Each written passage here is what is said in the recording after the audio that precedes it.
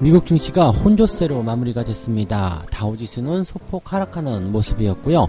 대신 나스닥 같은 경우는 기업 실적에 대한 기대감을 통해서 상승세를 보였습니다. 자, 나스닥은 사상 최고치, 다우지수는 마이너스. 도대체 왜 이런 현상이 일어나고 있는 것인지 한번 알아볼 텐데요. 자, 일단은 다우 쪽에서는 인도발 악재가 있었죠. 그 다음에 나스닥 쪽에서는 기업들의 실적.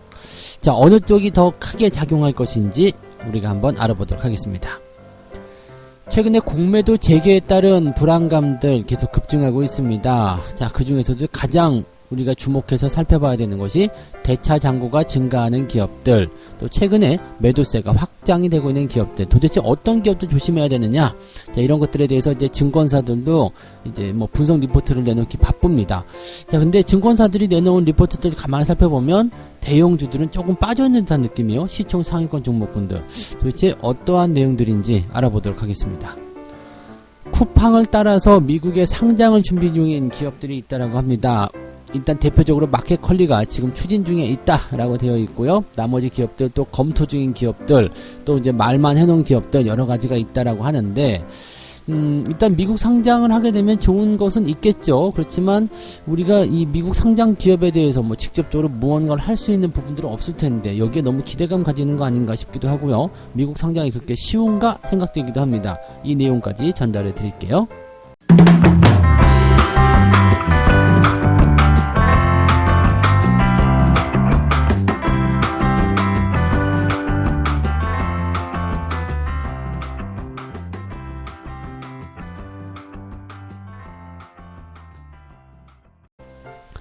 네, 반갑습니다. 오늘은 4월 27일 화요일입니다.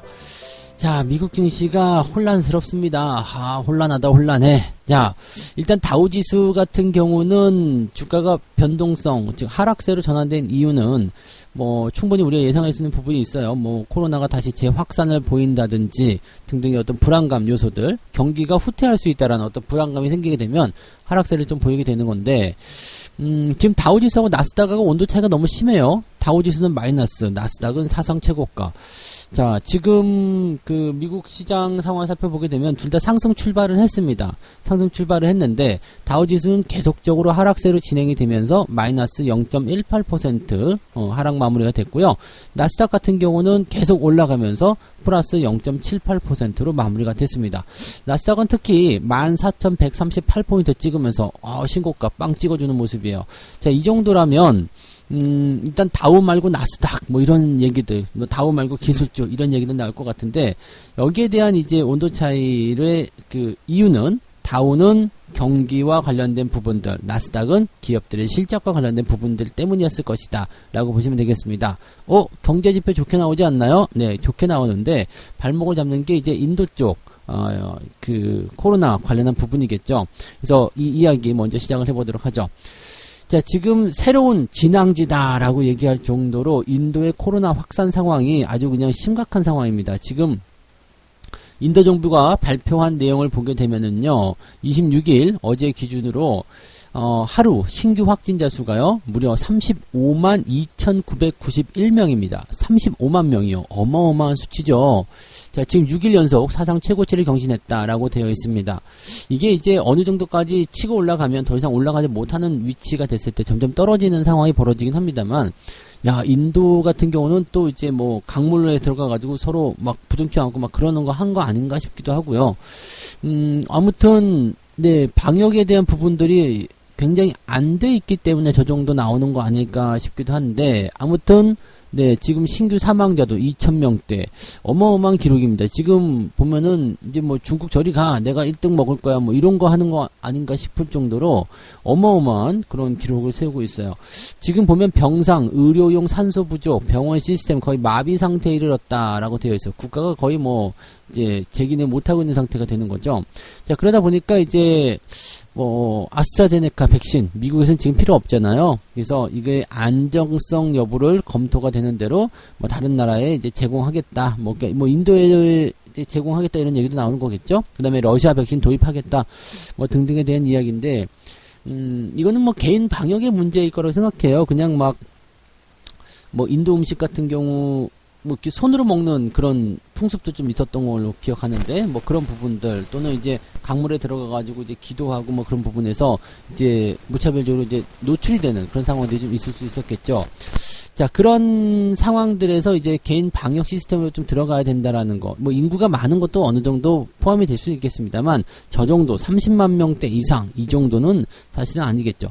자, 어쨌든 이런 상황이 나타났을 경우에 이제 신흥국을 중심으로 해서 경제의 재개, 경제가 좋아지는 부분들이 느려질 수 있다는 얘기죠. 신흥국 쪽에서 경제의 어떤 그 발전 속도가 느리게 진행이 다시 된다라면, 다시 경기 침체로 들어가게 된다라면 자금들이 이탈될 가능성이 있어요. 네, 자금들이 안전자산 쪽으로 이동하게 될 가능성이 높다는 얘기죠. 신흥국 자체가 위험자산, 네, 이머징 마켓 자체가 위험자산이거든요. 그러니까 이쪽에서 빠져가지고 안전자산 쪽으로 또는 미국 쪽으로 빨려 들어갈 가능성이 높다는 얘기예요.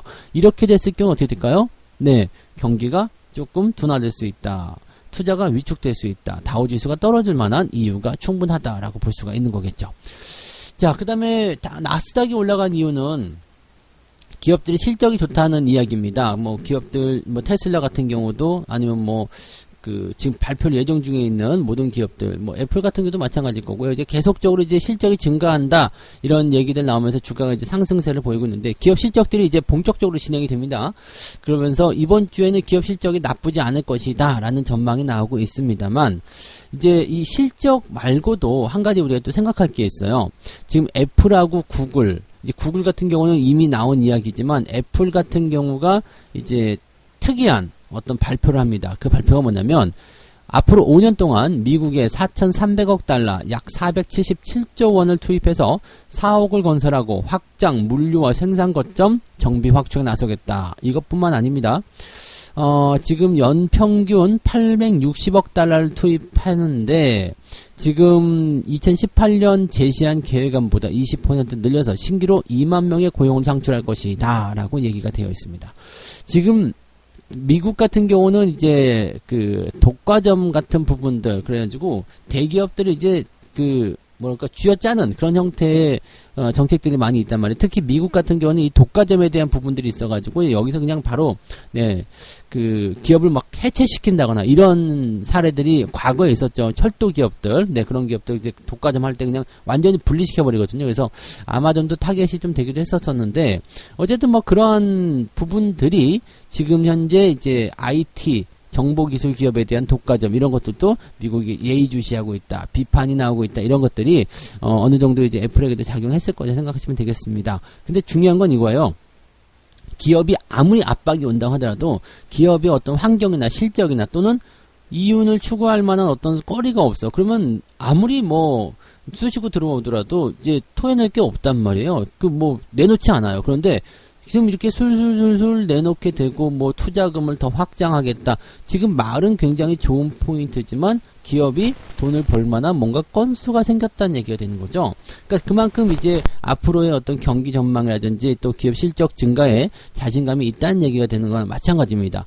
그다음에 그렇게 하면서 이제 규제도 피해가게 되고요. 누이 좋고 매부 좋은 뭐 그런 상황이 아닐까 싶습니다. 얼마 전에 아니죠. 제법 오래 전에 현대자동차와 정부의 있었잖아요.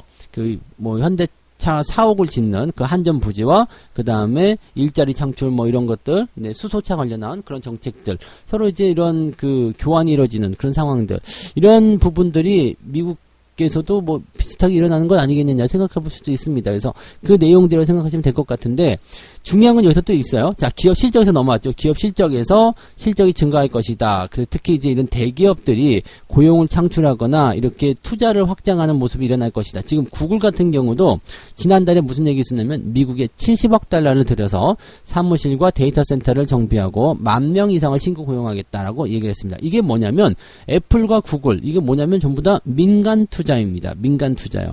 민간 투자라는 것에 주목해야 되는데, 민간 투자가 들어오기 시작한다. 일단 대기업을 중심이겠지만 중소기업이라든지 이런 쪽에서도 전부 다 민간 투자가 확장되기 시작한다. 경기가 좋아지기 시작한다. 그러면 유동성 장세 끝날 날이 멀지 않았다라고 생각하셔야 됩니다.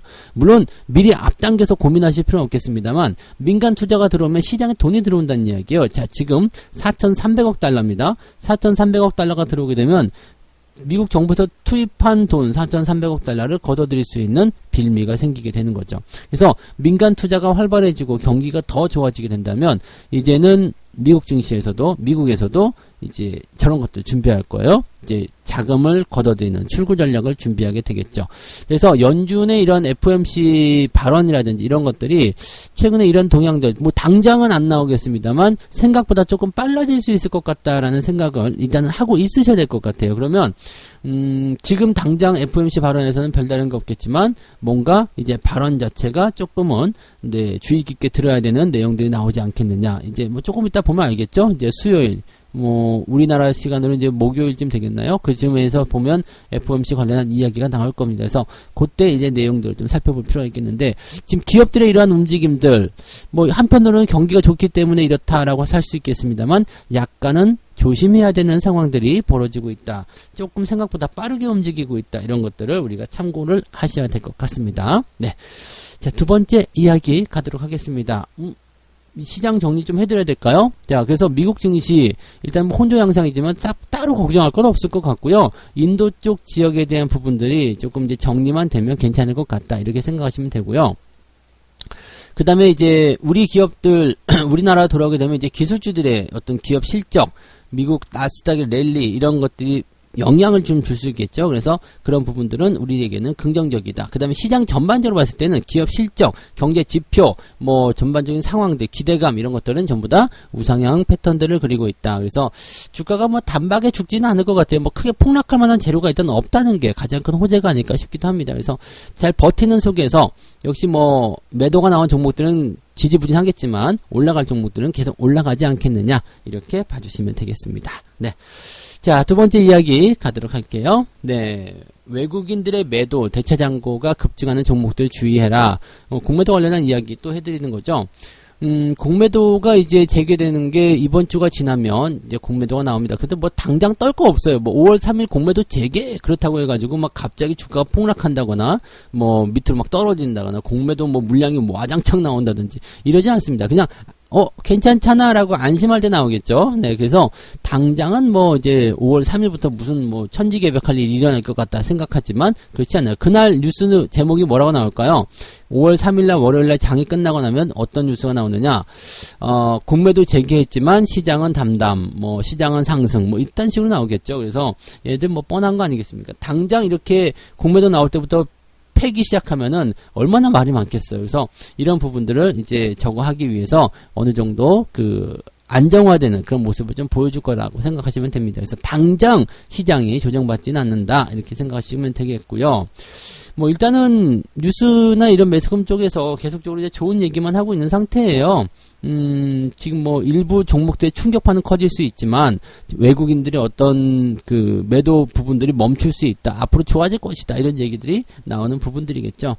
지금 유한타증권 쪽의 이야기를 좀 살펴보게 되면 공매도 금지 기간 동안에 공매도 부담에서 자유로워진 개인이 매수를 많이 하면서 증시 상승을 이끌었지만 외국인들 같은 경우는 그냥 재미없었다. 근데 지금 공매도가 다시 들어오게 되면 외국인들처럼 이제 롱숏 포지션, 매수와 매도를 동시에 하는 이런 차익 포지션을 가지고 있었던 이런 외국인들이 이제 해지 수단으로 공매도를 이용하게 되면서 이제 선물 매도 이런 부분들 조금 줄어들게 될 것이다. 그러면서 이제 백어데이션이죠. 이제 계속 매도하다 보니까 이제 가격이 떨어지잖아요. 그러면 이제 선물이 이제 가격이 현물보다 떨어지는 이 백어데이션 비정상 시장인가요? 뭐 하여튼 뭐 이런 마이너스 음의 시장이죠. 그러니까 현물이 이제 더 높게 고평가가 되면 또 현물을 계속 때려야 되는 상황. 하여튼 뭐 이런 상황들이 계속 벌어지니까 안 좋았었다라고 되어 있는 상황이긴 한데 이것이 이제 제한되면 해지 수단이 이제 공매도로 넘어오게 되고 그래서 약간의 이제 백어데이션의 어떤 그런 사라짐 이런 것들을 기대할 수 있다 이렇게 되는 거죠. 그리고 이제 외국인들이 자금이 들어올 수 있다. 자 이제는 공매도 치러 가자. 공매도 치기 위해서는 뭘 해야 돼요? 매수를 먼저 해서 주가를 올려놓고 매수를 한 이후에 주가가 올라간 상태에서 공매도를 때리면 훨씬 더 맛있다. 그죠? 헨젤과 그레텔이었던가요? 거기서 보면은 이제 마녀가 헨젤과 그레텔에게 먹을 건 많이 주잖아요. 그래서 왜 이렇게 먹을 걸 줘요? 그랬더니 살찌워서 잡아먹으려고 그런 얘기 하잖아요. hen잭이 그렇게 맞나요? 하여튼 그랬던 것 같아요. 비슷한 동화 있는 것 같은. 장화홍련은 아닐 거예요. 그죠? 근데 아무튼 그런 거죠. 그러니까 주가를 올려놓은 이후에 때려 먹어야지 더 맛있게 먹을 수 있다. 이런 생각들을 하고 있을 거라 생각하시면 됩니다. 그래서 외국인들의 매수가 초반에는 좀 들어오게 될 것이다. 이 부분에 대해서는 어느 정도 동의를 좀 해야 되겠죠. 다른 이유들 막 갖다 붙이긴 합니다만 어느 정도는 동의를 해야 되는 부분일 것이다. 보시면 되겠죠. 다만 이제 공매도가 시작이 되면 일부 개별 종목에게는 이제 부담을 줄 수 있다. 그동안 매도를 계속하고 있었던 종목들은 뭔가 의도가 불순하지 않느냐. 이 시가총액 상위권에 이제 포진되어 있는 종목들이 주요한 요인이겠죠. 그래서 너희들 그동안 계속 매도한 거 뭔가 좀 불순한데 왜 이러는 건데 왜 파는 건데 이런 식의 내용이 나올 수 있는 거고요. 그 다음에 지금 대차 잔고가 급증하는 종목도 있어요. 공매도 수량이 좀 많이 있는 종목들. 그런 종목들은 당연히 대차 잔고가 거래가 증가한 이유는 뭐냐? 공매도 하려고 그런 거 아니냐? 이런 식으로 생각할 수 있는 내용이거든요. 그래서, 최근에 이제 3월 이후에 또는 최근 한 3개월간 이제 대차 잔고가 급증한 종목들 위주로 조심을 좀 해야 되겠다. 대부분 보면 이제 시총 상위권 종목들에 국한되어 있는 상황이기 때문에 코스피 200, 코스닥 150 쪽에서 보시면 되겠는데, 지금 막 올라가고 있거나 아니면 많이 안 오른 종목들은 지금 당장은 대체한 거 증가한다 해도 상관이 없습니다. 그냥 물량만 확보하는 것이고 많이 올라온 이후에 때리겠다 이런 상황이기 때문에 지금 올라가는 건 상관없고요. 어느 정도 올라온 상태에 있는 것들이 바로 시작점에서부터 타겟팅이 될 수가 있겠죠. 그래서 그런 종목들 개별적으로 좀 살펴봐야 된다라고 생각을 해주시면 되겠습니다. 자, 그 내용도 알아보시면 되겠고요. 세 번째 이야기 가도록 하겠습니다. 나 쿠팡 따라갈래? 쿠팡을 따라간다. 이런 기업들 좀 나오긴 하는데, 지금 마켓컬리, 그 다음에 야놀자, 이런 기업들, 지금 미국 상장을 추진하고 있다. 자, 쿠팡이 지금 보면은, 100조 원까지도 한번 찍었었죠? 근데 그리고 나서 지금 떨어지고 있는 상태, 어느 정도 이제는 안정화를 좀 보였으리라 생각합니다. 이제 쿠팡 요즘에 관심 별로 없을 거예요. 네. 근데 어쨌든 쿠팡에 입성을 했다. 그러면서 이슈를 많이 끌었잖아요. 너도 나도 쿠팡도 했네. 내가 왜 못해? 라고 하면서 미국의 상장을 추진 중에 있다. 가장 먼저 이야기 나왔던 게 마켓컬리였죠. 마켓컬리 같은 경우도 쿠팡하고 비슷한 플랫폼을 가지고 있잖아요. 그러다 보니까 나 상장할래. 근데 이게 한 1조 원 정도 이야기를 좀 하고 있는 부분이다. 쿠팡하고 마켓컬리하고 비교를 친다면은 좀 차이가 많이 나긴 하죠. 근데 1조 원 정도, 그래요. 1조 원 정도라고 하더라도 이게 사실은 미국으로 가면 몸집이 좀 더 커지잖아요. 그러니까 국내로 친다라면은, 사실 거기에 턱없이 부족한 상황이 좀 될 수밖에 없겠죠. 그래서 1조 원이면은 국내에 만약에 코스닥에 상장한다 그러면은 코스닥 시초 한 50위권 안에 훅 들어가죠. 네, 그런 정도의 큰 규모라고 보시면 되는데 이게 지금 미국 쪽으로 가 있으면은 1조 원 그냥 나올 수 있다 이렇게 얘기가 나오는 거죠. 그러니까 지금 보면 우리나라에 투자하는 것이 아니라 미국에 가고 싶다 이런 얘기들을 많이 하고 있는 것 같아요. 지금 마켓컬리, 두나무, 카카오 엔터테인먼트, 네이버 웹툰, 야놀자 등의 기업들이 미국 상장을 저울질하고 있다 이렇게 되어 있고요.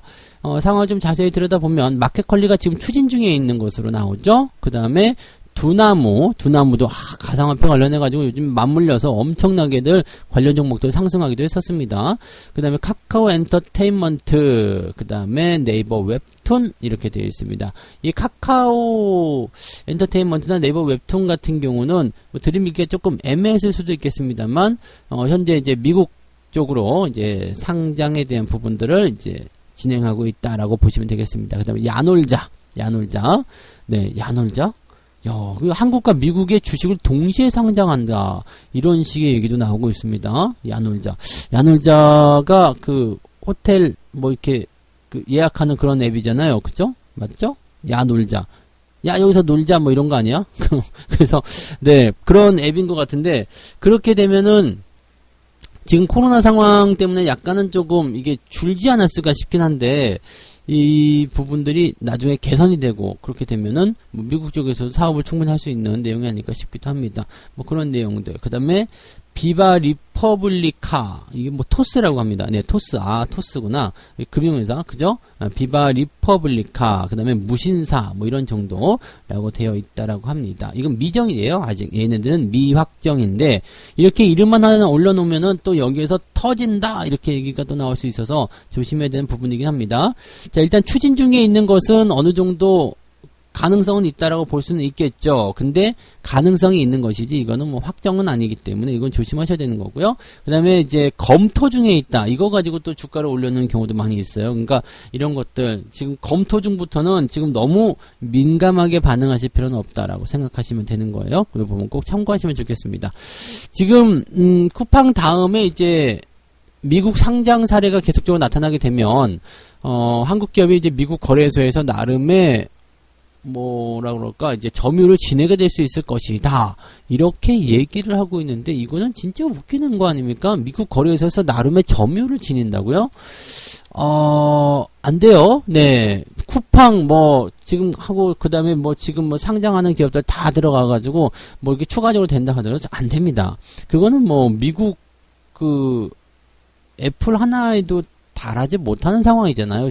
애플이 뭐야? 지금 그거보다 훨씬 못한 기업들보다도 네, 이거는 뭐 비중을 이거 어떻게 얘기가 나온 거지? 네, 미국 거래소에서 나름의 점유를 지니게 될 수 있을 것으로 전망된다. 한국 기업이 이건 안 돼요. 지금 뭐 더 많이 상장을 해야 되는 부분이기 때문에 여기에서 뭔가 기대감을 가진다, 여기서 뭔가 생각해야 된다 이렇게 보시면은 절대로 안 되는 부분입니다. 이 부분을 생각하고 있다는 것 자체는 조금 좋지 않습니다. 그래서 그 내용들은 꼭 참고하시면 좋겠어요. 네.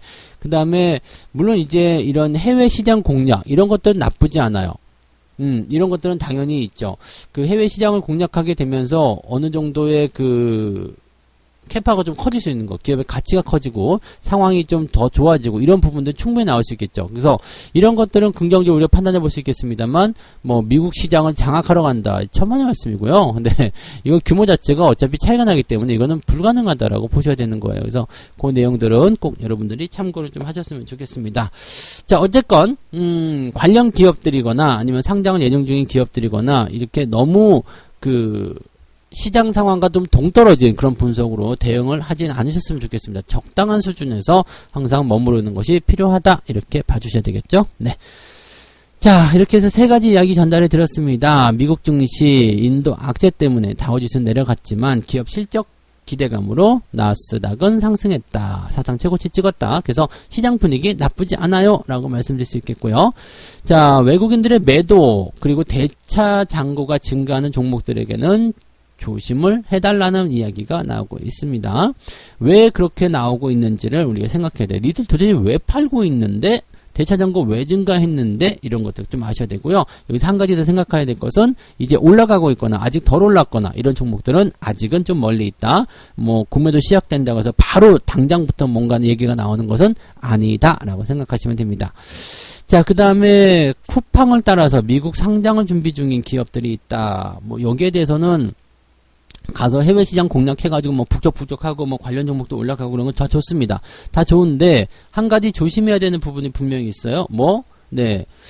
쉬운 것은 아니에요. 미국에 상장하는 것 자체가 쉬운 게 아니고요. 또 상장을 한다고 해서 뭐 미국 시장을 뭐 장악한다든지 이런 식으로 생각해서 막 그냥 관련 기업들 그냥 무차별적으로 투자하신다거나 이렇게 하시면 되지 않는다. 이러면 좋지 않다. 그래서 항상 이런 것들은 중립적인 부분들 잘 보시고 기업 가치들 조금 더 냉정하게 살펴보실 필요가 있다라고 생각해 주시면 좋겠습니다. 자, 책 한 꼭지 읽고 마무리하도록 하겠습니다. 네. 나는 값이 비싸지만 그 가치를 생각하면 비싼 것도 아니면서 성장 속도가 빠른 주식들을 찾으려고 노력했다. 왜냐하면 그런 주식이 시장이 좋아지면 가장 먼저 상승할 종목이라고 생각됐기 때문이다. 저평가된 기업을 찾으라는 거예요. 그리고 값이 비싸다고 생각되지만 실제로는 값이 싼 종목들 많아요. 지금 비싼데 이게 아니라 더 많이 성장할 수 있는데 라면 지금은 비싸게 뭐 거래가 되더라도 네. 나중에 더 비싼 가격에 팔 수 있는 거죠. 물론 이것이 어느 정도까지 많이 올라가는지 여부가 중요합니다. 그래서 저평가라는 얘기를 붙였잖아요. 그러니까 지금 만약에 10만원대의 주식이에요. 비싼데? 이것은 그냥 단순하게 가격을 보고 비싼 데가 아니에요. 어느 정도 그 앞뒤 분석들이 있어야 된다는 얘기죠. 아파트 가격이 10억 원이에요. 비싼데? 10억 비싼데? 근데 그게 강남 노른자 위에 딱 있는 아파트예요. 그럼 어떻게 돼요? 10억 싼데? 이렇게 되죠. 그러니까 주변 상황에 따라서 그 가격적인 부분들이 앞으로 더 많이 올라갈 것이냐 아니냐 이런 것들에 대해서 생각해 볼 수 있겠죠. 근데 저기 뭐 산골마을에 있는 그 2층짜리 집 하나가 10억이래. 적당한 가격일 수도 있겠고요. 굉장히 비쌀 수도 있습니다. 그러면 10억 주고 선뜻 사기는 애매하죠. 근데 강남의 아파트가 10억이래. 그럼 당연히 사겠다고 하는 사람들이 몰려들 수도 있겠죠. 자, 그럼 물론 이제 뭐 아파트 평수라든지 규모 이런 거 다 보셔야 되겠습니다만 그런 거랑 똑같아요. 그래서 기업을 공략할 때, 기업을 선택할 때도 그런 것들을 꼭 살펴보고요. 가격이 중요한 게 아니에요. 앞으로 더 얼만큼 성장할 수 있겠느냐 그 부분들을 꼭 확인하셔야 된다는 거 잊으시면 안 되겠습니다. 자, 오늘도 여러분들 성공투자 이어나가시기 바라고요. 네, 저는 장중 시황 때 다시 오겠습니다. 오늘도 화이팅 하시기 바랍니다. 고맙습니다.